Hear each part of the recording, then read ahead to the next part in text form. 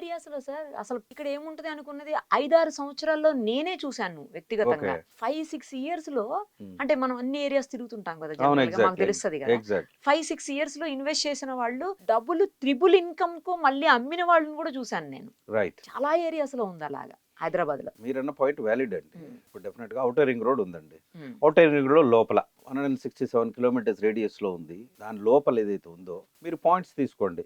ఉమ్. మీరు వెస్ట్ తీసుకోండి. వెస్ట్ ఇక్కడ తుక్కుగూడ ఏరియా వచ్చేసింది. ఓకే.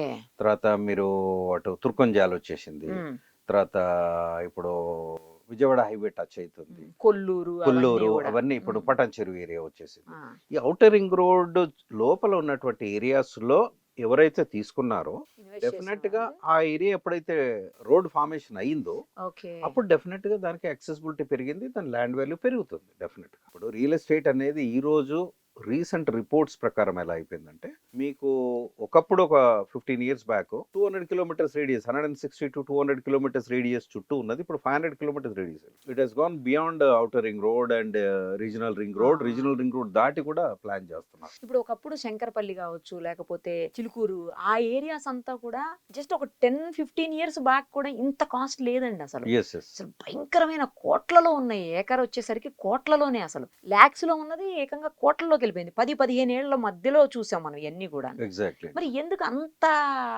ఎందుకు కేవలం ఈ ఫెసిలిటీస్ వల్లనేనా, ఇప్పుడు మీకు యాక్సెసిబిలిటీ వల్లనేనా? యాక్సెసిబిలిటీ ఒకటండి, that is one of the factors. Um, ఇప్పుడు మీరు శంకరపల్లి అటు సైడ్ తీసుకున్న ఏంటంటే, ఇప్పుడు మీరన్న చిలుకూరు బాలాజీ హైవే ఉమ్, ఉంది.